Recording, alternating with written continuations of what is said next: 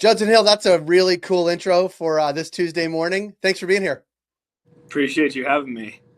You are the Georgia market president for Fine Fettle. In our newsletter last week, we had this. It said Georgia lawmakers approved an expansion of the Peach State's medical cannabis program, which would allow for the sale of vapes and remove THC limits, which are currently capped at 5%. The bill still needs a signature from Governor Kemp before it goes into effect. What do I have right or wrong in that few sentences we had in our newsletter? One of the few publications that I think that was 100% factual. So there you go. There we go. Obviously, a lot Have of. you been spending lots of time at the State House? Yes. I mean, and in Georgia, the legislative session is pretty condensed. It's basically just Q1 of each year. So from the start of the year until this is actually the last week, they close out on the Thursday before the holiday weekend here. That's really been our main focus, is working on the lobbying efforts that we have been pushing for the last couple of years. And we've had you on before talking about the medical program in Georgia, pretty restrictive. But give us a sense of sort of size and scope today, and what you think this might unlock for patients in Georgia. Yeah, I mean, the quick backstory is the program's been around for 11 years, so it was somewhat advanced for the South back in 2015 when they first passed this, what's called a low THC oil program. It was to help, children with epilepsy, things of that nature. But unfortunately, due to a variety of issues, both politically, the pandemic, all the things, the program stalled out and didn't really turn on until about 2024. So the past 2 years, we've had this low THC oil program. To answer your question, there's about 35,000 patients in all of Georgia. So considering we're an 11 million person state, I think that's about 0.02%, where, even the Arkansas and Mississippis of the world have about 2% of the population, for context. So I don't think that there's less sick people in Georgia. I think the program just hasn't really offered the patients the products that they wanted. And then simultaneously, you've had, other places where people can go get products that may work for them or be more easily accessible. So it hasn't really driven patients to go get a medical cannabis card. Right. But this presumably would. Yeah. I mean, there's a few major things that it did. One, changes the name of the program from low THC oil to Georgia Medical Cannabis Program. Pretty straightforward. But if you hear low THC oil, you either think it's something you're going to put in your car, or if you know about cannabis, it's not a very appealing name. No. Medical cannabis, I think, speaks clearly to what we're doing, and almost more of just a public awareness that it is available.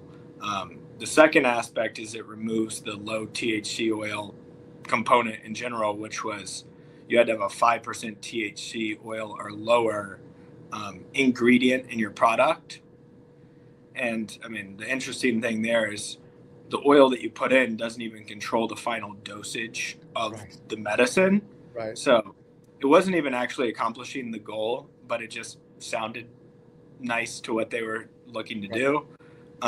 Now the focus is on milligrams in the finished product. So you can have up to 1,200 milligrams per package, which I think aligns it much, more with common medicine, where people are used to speaking in milligrams. Mm-hmm. And then lastly, to your point, it adds vapes and inhalable products, where, really it had the sickest people in the state getting an oil-based product that could take 30 minutes to an hour to kick in. That's not really helpful when you're giving the sickest people the most delayed medicine. Inhalables give people immediate efficacy. So for all the reasons, I think it makes it much more helpful of a program to the patients and appealing for people to want to get a medical cannabis card if they're in need of treatment. Absolutely. And this give us a little bit of a view towards the legislative process. So it's passed both houses of the State House, needs to be signed by the governor, Brian Kemp, who's, I guess, Donald Trump's favorite Republican in Georgia. But give us a sense of, well, one, if you know sort of what he's thinking, but also the timeline of when things need to happen. Yeah, so I mean, in Georgia, like I said, it's just the first quarter of each year they're in session, but it's a 2-year rolling session that they're in. So I guess what started last year carries over into this year. But at the end of this year, they start a new clock. So you had to get anything accomplished you want done or go back to the drawing board. This bill, SB 220, started last year. It passed the Senate actually with a super majority, and then it just never got called up in the House, kind of some internal politics. And we had a study committee over last summer focused on studying medical cannabis and hemp policy in Georgia. So I guess the long story short of that is it was led by a physician who's also a representative. They studied cannabis, came back, realized that there are benefits, and that really helped jumpstart the bill this year. So it did pass with a supermajority in both the House and Senate, something along the lines of like 138 to 21 or so for context in the House. So pretty overwhelming majority. And I guess that really leads to the governor being the last step, where if the House and Senate both pass the bill with a supermajority and they're both Republican bodies, it's really not controversial, and one would expect the governor, who's also a Republican, to sign the bill, or at worst, you could not sign it and it still becomes law. I guess the point would be a veto would really be the only thing that prevents this from becoming law come July 1st. Let's hope that doesn't happen. And let's say it does. Let's say the bill passed. Obviously, the bill is passed. The governor signs it. What does it mean for your operations in Georgia? Like, is there a timeline when this would go into effect, which you would have to factor into sort of operations on your end? 100%. So the governor has 40 days from session ending on this Thursday to sign the bill. That puts us about mid-May, and then all laws go into effect July 1st. In Georgia, we have an interesting program structure where we're vertically integrated, but you're allowed a new dispensary every 10,000 patients in the program. Oh, interesting. So it's actually kind of like Florida, but I think more practical, so that one operator may not run away with, let's say, 150 stores in a state while the others have less. So currently we're allowed 6 dispensaries. We only have 3 open, 2 in the metro Atlanta area and 1 in Athens, just because the patient base has been so small, and we have no data points into where the patients are in Georgia, which is also not very helpful. So you're kind of just throwing a dart and hoping you land in a patient base.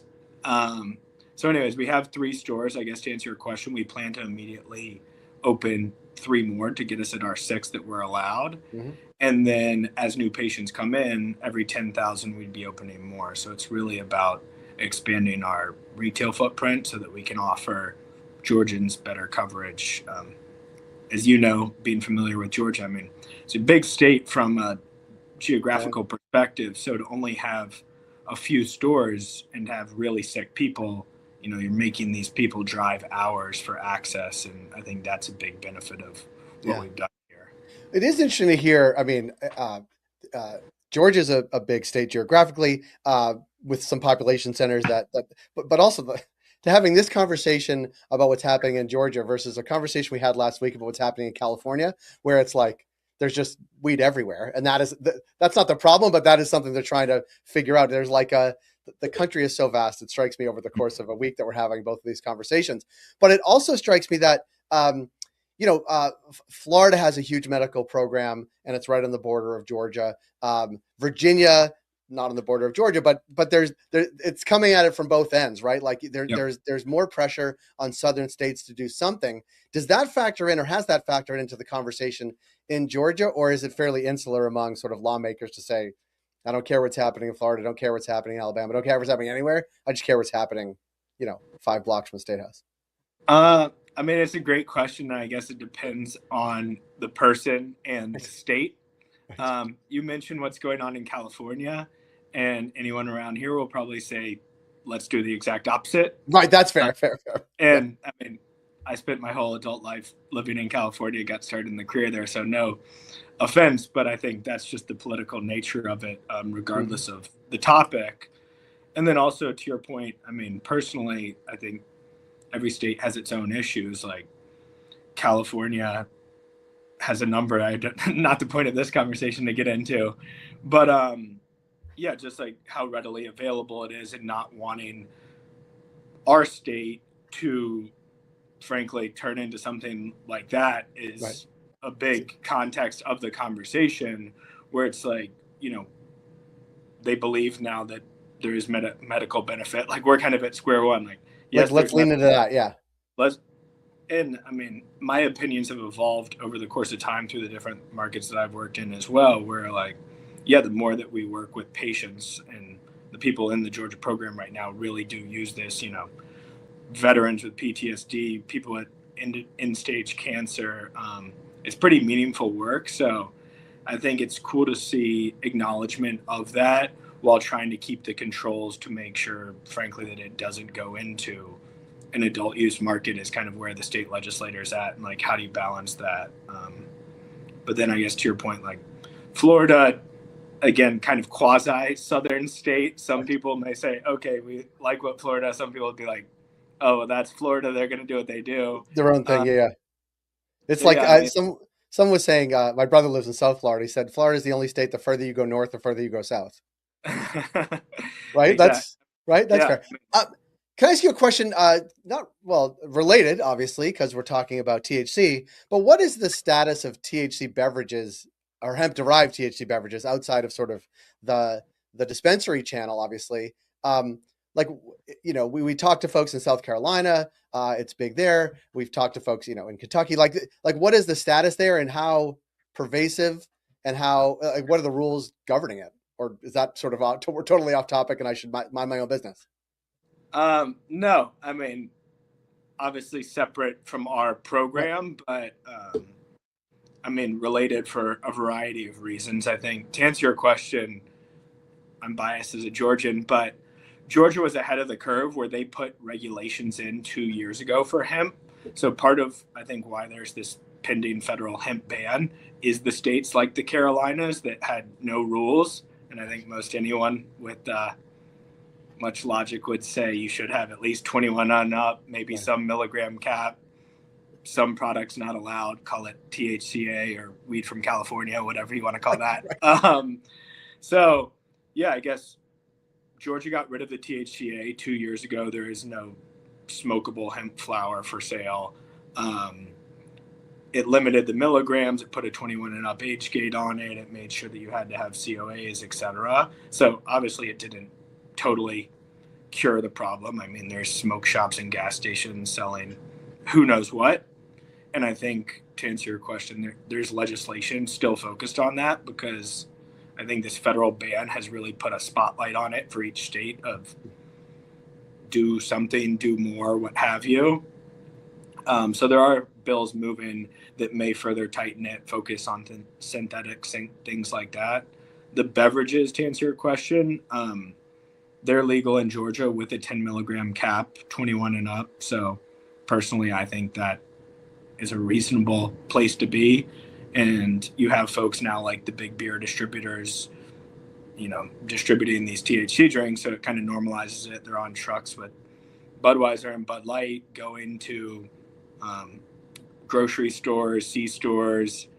In Georgia, interestingly, you can't sell them in liquor stores, which is the 121 and up place. But that's whatever, more of an internal, they're trying to figure it out, Right. state level issue.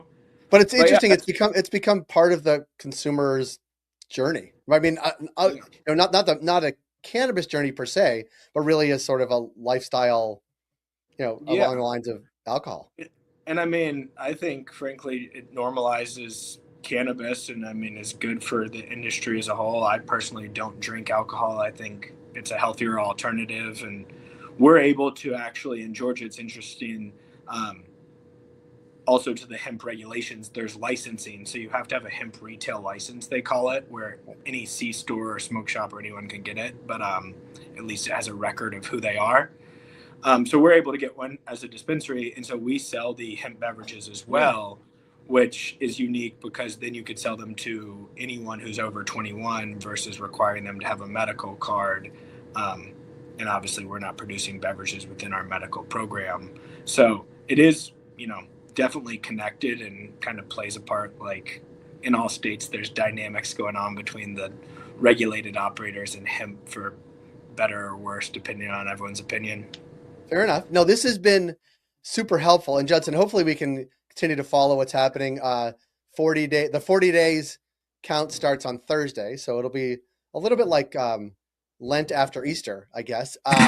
In this respect, that it's the right before Easter Sunday, the clock starts ticking on the governor to sign this bill. We'll connect with you during that time, hopefully when the governor signs it, I hope. But one last thing, a little surprise. Late last year, you were named one of Cultivated's 3030s, powered by the White Ash Group. So we didn't have you on to give you a proper kudos and thumbs up, but wanted to make sure when we do talk to folks that are on the list, we acknowledge you when you're on. So congratulations on that prestigious honor from the folks here. I appreciate it. Well, yeah, hopefully we're doing some good for the people of Georgia down here, and I'll keep you posted. But really exciting, puts us, I think 41st of states with an official medical program. So it's great. I'm excited to at least progress us to that point.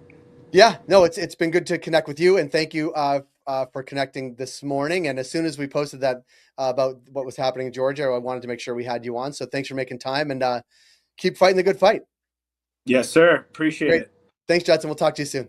Happy holidays. You too.